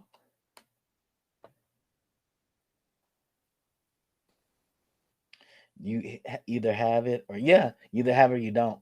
Yeah, I mean, there's things you can learn. You can be around certain people and learn. Like I've met some. There's Morehouse is a special on Black men. I wish more people could experience it. It's definitely a different place to be. Especially when they're overachieving Black men, and most of us were that. It is Lord of the Flies meets a brotherhood. I tell everybody it's the first Black fraternity. And it was enough fraternity for me not to ever want to join a fraternity. I'm like, I'm good. I'm good on that. I'm good on that. I went to Morehouse. And I have brothers there that are brothers for life. My best friend, my business partner for Jet Setter Fresh, one of my best friends, his name is Bobby Kraft. And he makes Ben and Jerry's ice cream for a living. I have a flavor. Jimmy Fallon's awarded my flavor, but it's my flavor. The Jimmy Fallon, the Lake Dough is my flavor ice cream. He told me to go. He's like, the first time he told me to go pick it up. I was married at the time, and it was like 8:00 in the morning. He calls me up. He says, "Yo, B." I said, "What's up, Bobby?" He said, "I need you to go to the store right now. Don't go to the gym today. Go to the store. Go to Ralph's. Go to Ben and Jerry's and pick up Jimmy Fallon, the Lake Dough, and call me." So he said, "You may want to take you a spoon." I was like, "All right, I'll take a spoon. I'll go there." And I went there and they had the Lake Dough. He knew it was at the Ralph's. And I picked it up. I was like, "Oh, this is my flavor. This is my flavor." Jimmy Fallon Lake Dough. I took it out. And I actually took a spoonful of it when I'm in Ralph's. And I called him up. I was like, "Yo." He was like, "Yeah, that's your flavor. I told you can actually manufacture it." I said, "I got this Hawaiian flavor I want to make." We haven't made the Hawaiian flavor yet, but he made that one for me. Any additional questions? Y'all got me for like 2 hours. I think Oh, he's an alpha. I did not know that. That's cool. I need to talk to that person. One day I may want to get back into becoming part of the Black colleges again. Move to Atlanta. What is CAU? Clark Atlanta University. Oh, okay, yeah. Dr. George Yeah. French. Okay. Yeah. I definitely need to talk to that person because we're talking about building technology, game development in Black HBCUs because there's no pipeline coming out of HBCUs. Zero. Google's throwing up proxy programs around the country. I don't know what they're producing. And honestly, us? Yeah, honestly, Google hasn't produced a great product yet. They have not. They have yet to produce a great software product. They make functional products, but nothing made me like, oh my god. Oh, the search engine is amazing. Okay, YouTube is amazing in what it does, but it's not the prettiest thing I've seen. Oh yeah, I'm throwing out challenges all the time. My whole thing is there's a lot of friction. If I had to think too hard about it, there's too much friction. Think about Netflix, right? Netflix fails when they feel as though they fail, they don't get you into something in 3 minutes. That's from the moment you power on, select your identity, and then pick something. That means they realize your eye scans each image for 3 seconds. and they realize they have up to a minute, if they're lucky, to get you into something so you feel satisfied. That's amazing. I go to YouTube when I launch YouTube. I don't even know what to click. It takes me just a minute just to get a grasp of everything that's on my screen at one time. Like, why do y'all merch me this way? Y'all know I come in and watch comedy every morning. You know, when I log on at 7 o'clock in the morning, I'm looking for something funny. Part of that may be because YouTube doesn't have a natural rival. They don't have a natural competitor. Like Netflix is constantly competing with your HBO Max and your Disney Plus and all these other ones for streaming, eyes, people on their product. And, they're constantly, depending on what's on the platform at the time, they're losing people or picking up people based on the next big, project. But YouTube doesn't have a competitor like that where they're afraid or even feel like they have to change. But Netflix is the only company I've worked at. They don't even look at it that way. They look at whatever's taking your attention away. Netflix looks at your kids are a competitor against them. Ooh. Your kids are a competitor. And they don't really want to compete against your kids, but they know they are. They know they are. They know that if you have a 1-year-old, it's either Coco Melon or it's that other show that you've been wanting to watch. And usually Coco Melon wins. And if the Coco Melon comes on, they know they're not going to get you that day. They know. They're like, oh my God, this 1-year-old's killing me. Oh my God, I'm throwing Coco Melon, and Coco Melon's gonna run the house for the day. They realize that. Because read to tell you, Roblox, Fortnite, anything, if we don't have them, somebody else has them, and that's who we're competing against.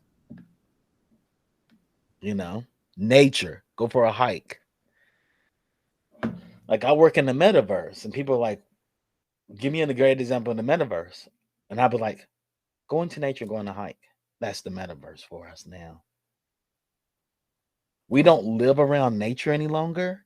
That going into nature is the metaverse for us. How you feel when you go on that hike that day, it's Sunday, you got no church, it's 3 o'clock. You're like, I'm going to go hiking. You go to a park and you hike for like 3 miles and you come out and you feel great. That's the metaverse. So people are like, how can I experience the metaverse? I said, go into nature. I tell people all the time, go into nature. Go into nature. Go camping. Camping seems scary until you do it. And you'll never feel the same after you do it. Like, I don't go camping. There are bugs. There's insects. Oh, it's cold. I hear everything why people don't go camping. But everybody that goes camping and comes out is like, it was tough sleeping, but I really enjoyed it. Black people don't camp. They don't. And we're the inventors of camping. That's what makes it even crazier. We invented camping. That's because they put us getting killed in all the horror movies while we out here camping. We should own camping. We're the same color as the ground. We can own all that. That's all ours. That's all ours. Come on. I love camping. I love it. I got a house full of camp gear and cameras and all kinds of stuff to take pictures. We got bears here in LA and coyotes, which is ridiculous. Like, mountain lions, they here. Y'all got mountain lions too in the Appalachian Mountains, right? Y'all got bobcats. I don't know. There's some cat out there. But I remember being raised in Harlan, going to Harlan every summer. Me and my cousins having a great time in Harlan. Did you see Dominique's other question about the metaverse? Oh no, she asked about the metaverse. I missed it. I can ask it live. I just wanted to know, what are your thoughts about the metaverse, and then like, what are you most excited about when it comes to the future of technology, since that is what you are working on? The most exciting thing is I don't want to become more of a cyborg, but I want less friction from my technology and my real life.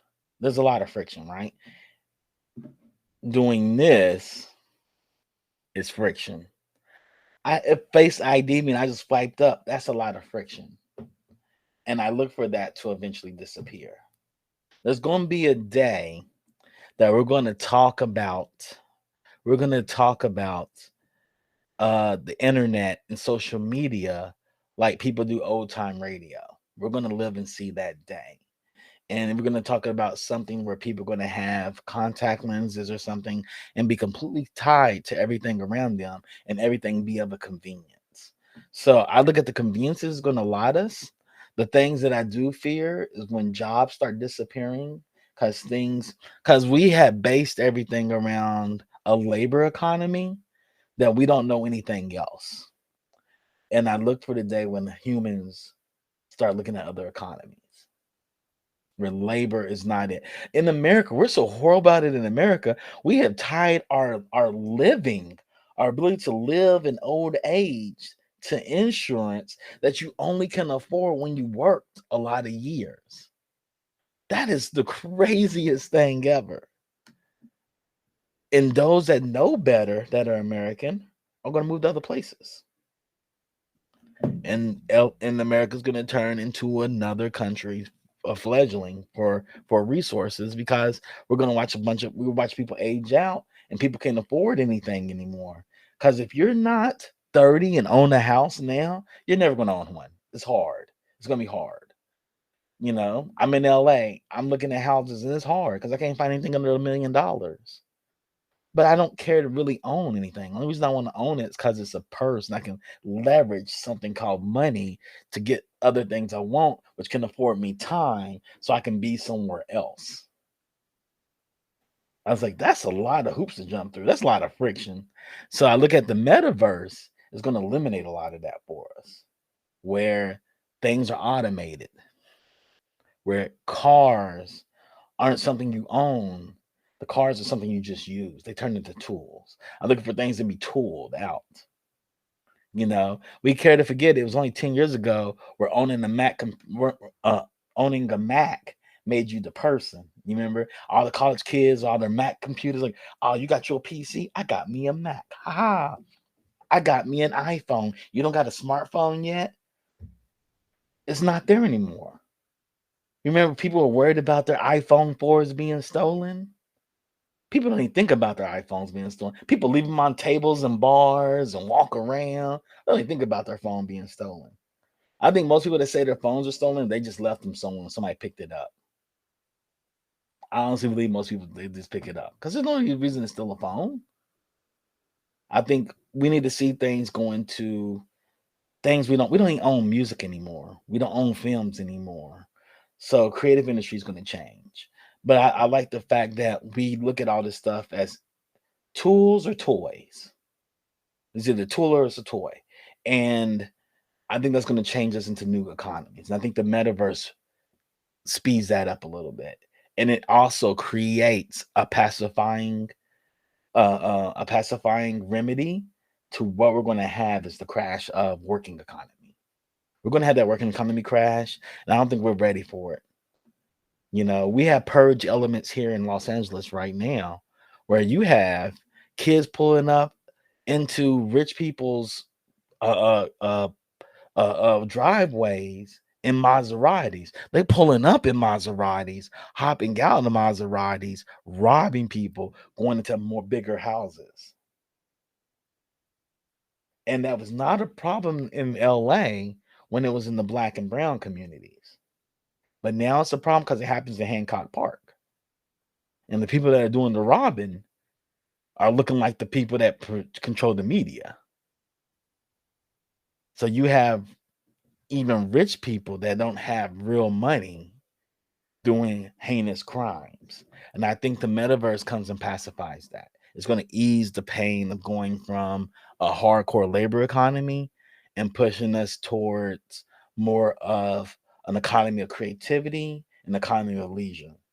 Because human mentality is one of two animals. We're either bonobos, which I really, really want to be, you know, want to eat, sleep, have sex, and play games. That's what bonobos want to do.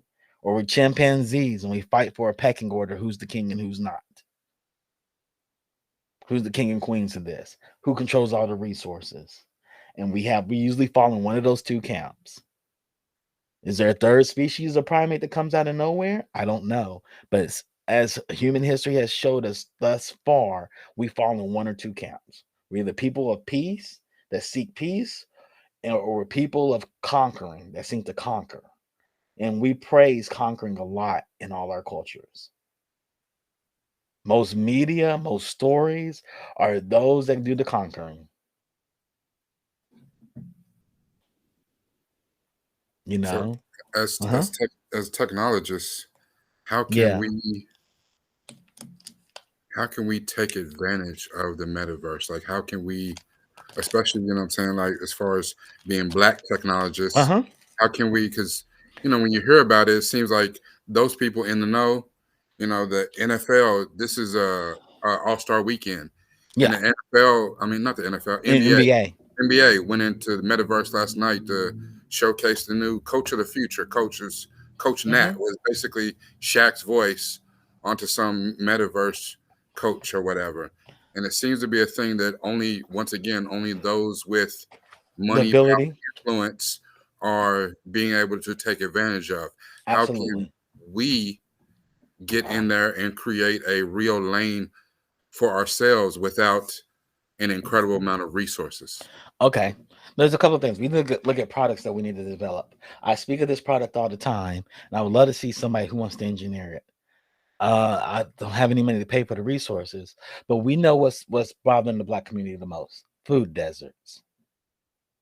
Food deserts is the number one thing bothering Black community. Why don't we create a co-op that actually delivers foods to everybody? We know in poor neighborhoods, Black and brown, where the economy is a diseconomy of scale based around criminal activities, which I will not name. We know that does exist. We know those exist. The people that are trying to live there don't have the resources nor time to go into a place to buy all the food they need. What if we actually delivered food? We had the food delivery service where we got the local produce producers, paid them a nominal fee, and to sell to us with the gathered resources, and do what Amazon does. Make Amazon say, let's buy this company. And that company would be the one that pops up in the middle of a rec center in Louisville. What's the neighborhood that's considered bad? Was it Newburgh, or what's the name of that neighborhood? It's one of those neighborhoods. Let's just say Victory Park. Victory Park, right? It pops up in Victory Park, and they can issue out food, especially particularly the older people, because older people are held captive in their neighborhoods. They moved in those neighborhoods, they were good. Then their grandbabies came along and had nothing better to do but peddle whatever's out in the streets.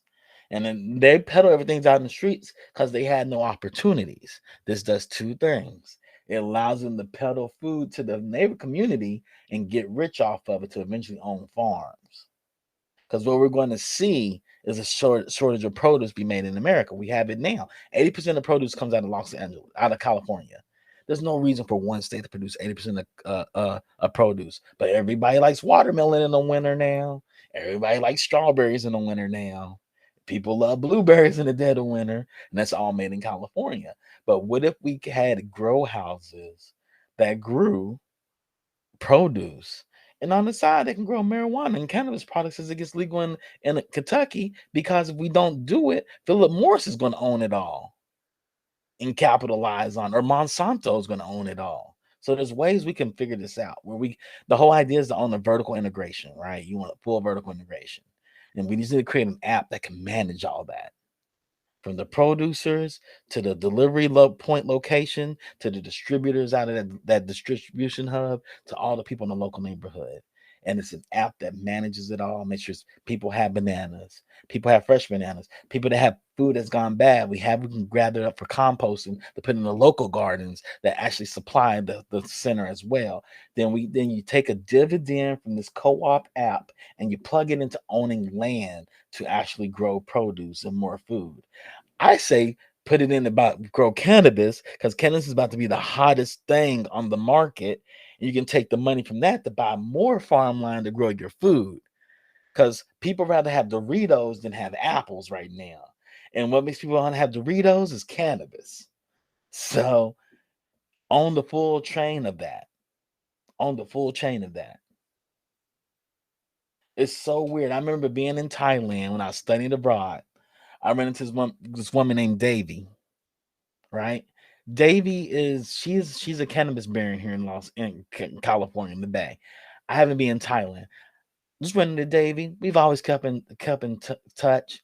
Her brand is called Long Tree. It's that's the name of her company, Long Tree. And I was like, she was like 2021. She's like, oh, to Berkeley. I was like, oh, that's cool. We're on the beach in Thailand. We're all just talking. I said, what are you doing? She's, I'm studying cannabis. There's a strand here in Thailand that they have in Chiang Mai and that the monks smoke. And they smoke only once a year, but it's a really good strand. I'm up here to try to figure out how to grow it. Because eventually, this is in 96, 97, it's going to be legal in California. And I want to be on the front of that. Man, I don't even smoke cannabis. I happened to run into Davy. Where did I run into Davy at? It was a tech conference somewhere. And she looks at me. I look at her. I was like, Davy? She goes, Charles? It's been like 15 years since I talked to her. She's like, yeah, I'm Lone Tree. I was like, what's Lone Tree? She's like, we own the distribution hubs of cannabis from Reno Valley over to San Francisco, down almost to LA to Modesto, almost all the way down to LA. And I was like, Jesus Christ. I said, I'm pretty sure she probably makes like $125 million a month because she owns a lot of distribution.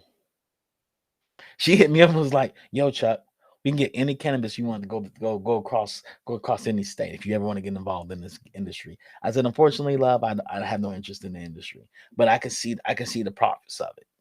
And I was like, we need to create a distribution app just in general, because as the economies change, things change. And so you use one product to fuel the app while it does all these other good things on the side. And you have elderly people such as our parents and our grandparents that can't move, and it's not safe for them to move around their community as much anyway. We can supply them with products.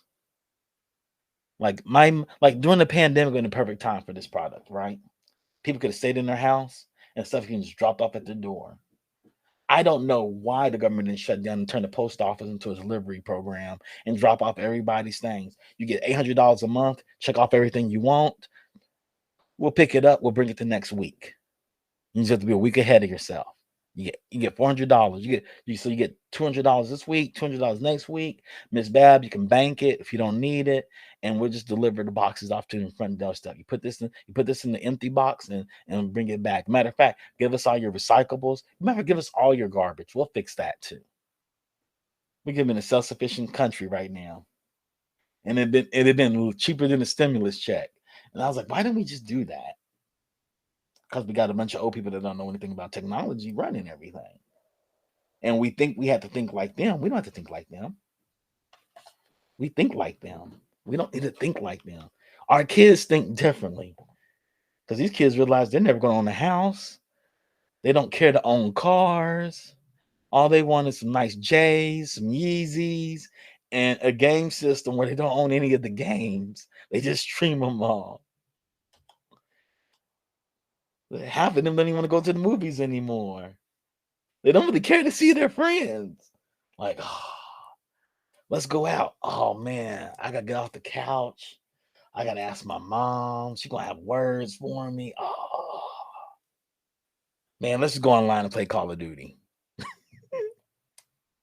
That's what they do. It's different. It's a whole different world out here. Why are you making that face, Rakai? Man, because you're right. I just, dealing with my kids. Yeah. And one of those reasons why, too, I had to leave teaching. It was too much. Man, I remember I couldn't even be in the house. I remember I couldn't. My mom would be like, when I come from work, you better not be up in this house. We would leave at 2 o'clock, so we wouldn't be at the house when she got there at 3:30. Yeah, or we get mad that you couldn't get out of the house. Like you had to do your homework and your chores first, and you would fly through your homework and chores so you could get out of the house. Like, no. My dad, like, it's so weird. Like people talk about, like, I hear people talk about social justice warring, like women don't control the house, blah blah blah blah. I was like, I know what house you lived in. My house, my mom controlled that house all day long. I had to ask permission from her to get anything done except breathe. I was like, Dad, can I go out? Go ask your mama. Dad, can I eat a piece of cake? Go ask your mama. Dad, can I play the video game? Go ask your mama. And my mom was like, I don't know why he did it all the time. Because he went out and did something and got hurt, you're blaming me. So I always put it on her. And that's real. That's real. I know. You just think about that time too, before cell phones. Like, Yeah. man, you remember, man, we was all over town, in other towns, everywhere we was on bicycles to be. Yeah. That was a social network. Where all the bikes at? You ride around the neighborhood. Where everybody at? Oh, they're over Aaron's house. Oh, they're not over Aaron's. They're probably down at Kent's. Oh, they're not down at Kent's. They're probably at Tim's. Oh, they're at Robbie's house because all the bikes are in front of Robbie's house. Yeah. Yep. And we used to ride around with no helmets. Do stupid things with no helmets. Man. We're gonna make this ramp. We're gonna make two jump ramps. Over the jump creek. At each other. We're gonna offset the ramps where we're side by side like Evel Knievel. We used to do all kinds of wild stuff. I thank God we're still alive. We shouldn't be. We shouldn't be. Well, kids are malleable. Kids are malleable. Hey, Chuck. Yeah. We're at 7:05, so we've been on for about 2 hours. I'll hold y'all up here. And I know we could probably sit on and chat and talk all day. You know, me and you can all day. Yeah, I know you hit across 2 hours. It's like, I got 2 hours. Okay. All right, man. But I just want to again thank you, because like the whole time I've been in this program, you know, every Wednesday we have some great people that come on and do these AMAs with us that work at Google, and they talk a lot, and they talk for about a half an hour about the workflow of their day and some things, very valuable information, great networking. Yeah. But as long as I've known you, I was like, yeah, I need, especially since all the people in this program are people of color, I was like, no, I need them to hear from someone different, who not only, who thinks differently and can provide just a different perspective on their own journey in the technology. So one thing you're going to face as a person of color is people underestimate you. Let them. Like I said, their thoughts of you don't affect you. Their thoughts of you have nothing to do with you. You know, you're going to be the villain in somebody's story. You're also going to be the hero. You know, it doesn't bother you. Just be the hero in your own story. That's hard. That's real hard. Because we all feel obligated to other people. And I don't have kids, so I don't know what that even feels like. So I can't even imagine what that feels like, being obligated to some children. And keeping them alive. Because I figure that's the hard part. Every day. I figured that's the hard part. My mom was like, what do you think the hardest part of parenting is? I said, keeping them alive. Because they're anything like me growing up, they're going to barely make it out. My mom was like, you were like that? I said, oh, no, I hid things very well from you. Very well from you. So I think probably the last comment, too, is from Yejide, web guru on here.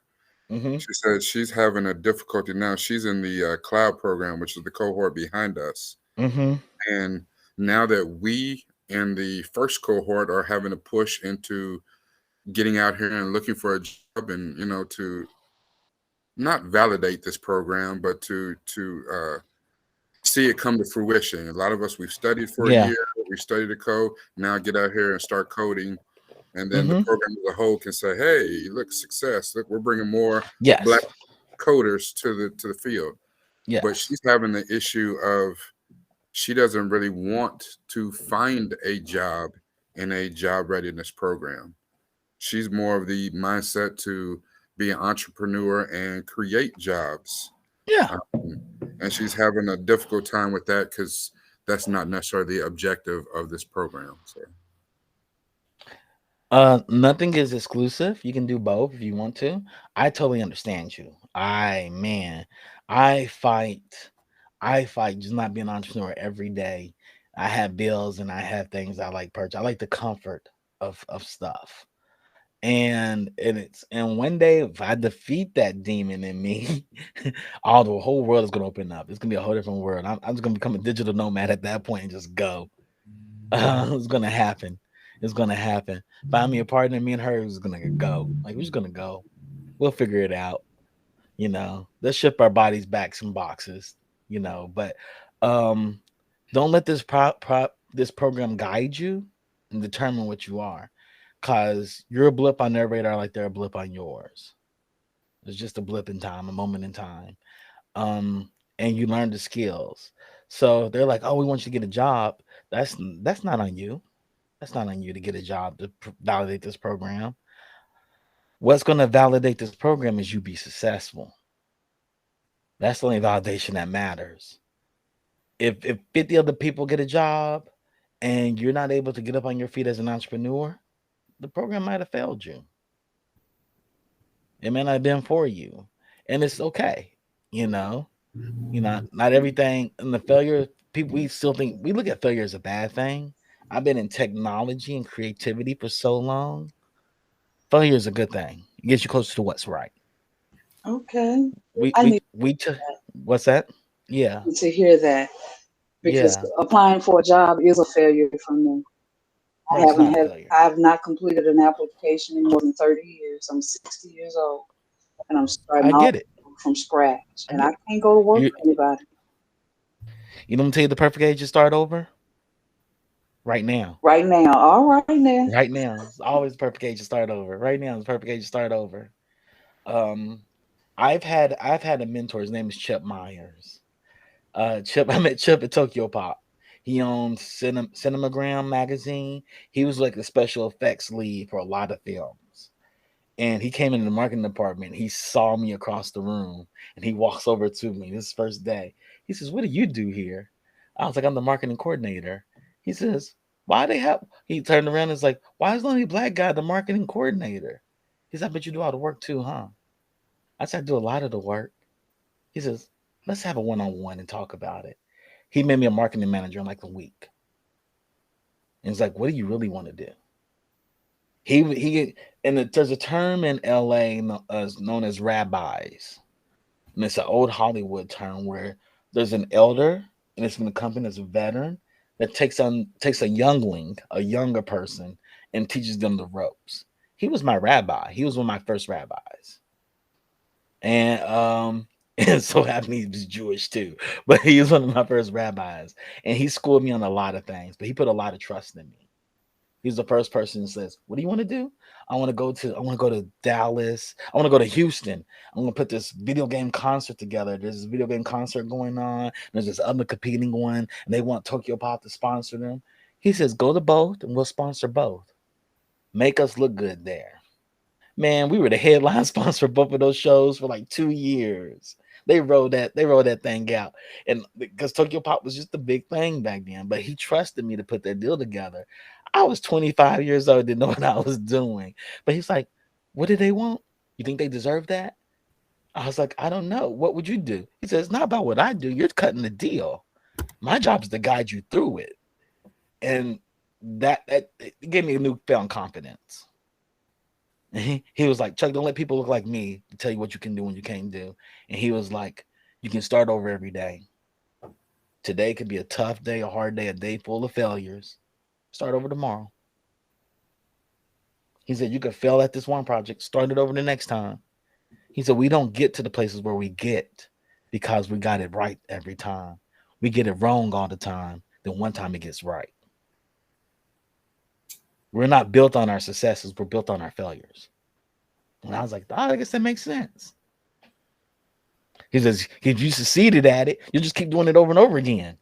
And you won't get better at anything. He's like, if you can do a layup very well, you'll do a layup your whole entire career. He said, it takes you getting blocked a couple of times to develop a jump shot. Realize you got to pull up and do a jump shot. Or you got to work on moving faster. There's things you have to learn. He's like, you learn all that through failure. I was like, I get it. I totally get it. So yeah, you're 60 years old, want to start your own business. Perfect day to do it is today. I know it's 7 o'clock, but hey, might as well start right now. I'm working on it. That's good. That's a good thing. I'm always willing to help people. Yeah. Especially people who are willing to help themselves. So yeah, those are the people you can help. That's true. That Harry Tubman said it best. There've been more Black people free if they would have believed in it. And all they had to do was take one step, but they were so being scared. Because I'm terrified, but I'm gonna jump off this mountain because I know. Man, it's so fun to jump. When you start jumping, you just jump off all of them. Yes, it's fun. It's like, why am I doing this? I'm gonna jump. What's the worst thing can happen? If you don't die from it, guess what? You can do it again. Amen. Well, I know I'm jumping in the hands of my boss, who is God, so I'm okay. But I'm scared. Yeah, you're fine. I'm scared, but I'm still gonna go through. God don't want you to fail. Well, didn't Will Smith say that when he did that skydiving thing in Dubai, that success is on the other side of fear? Yeah. So once you get past that which you fear, you'll find success. So jump all the times you need to jump. Yeah. One time you'll jump into the right valley. Climb a mountain so you can jump off of them. That's the whole point of it, right? Yeah, but see, I'm gonna hang out in the clouds, so I ain't gonna have to fall too far.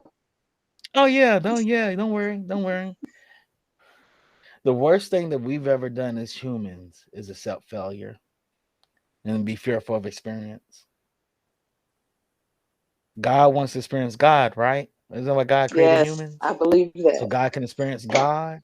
So if we're not experiencing everything, and which is mostly of God, then we are failing God. Oh, I believe. And what happens when God tells us that? We have our own personal hell before we walk through the gates. I think that's what happens, right? Well, I just came out of I think people aren't ready for that. People aren't ready for that, Like, oh, why didn't you do this? I wanted to experience. God tells you, why didn't you do that? I wanted to experience that. God must be bored. Some of the things He's sending me through right now, though. Maybe. God's probably waiting for you. Yeah. Thank you so much again, Charles. We really appreciate you taking the time and having this very candid conversation with us and answering our questions, and just thank you for the work that you're doing, because your success helps to open up doors for others that look like this. And we just are grateful that you continue to be blessed and that you're blessing others through the work that you're doing. So thank you. Yeah. Hit me up on LinkedIn. I'm available.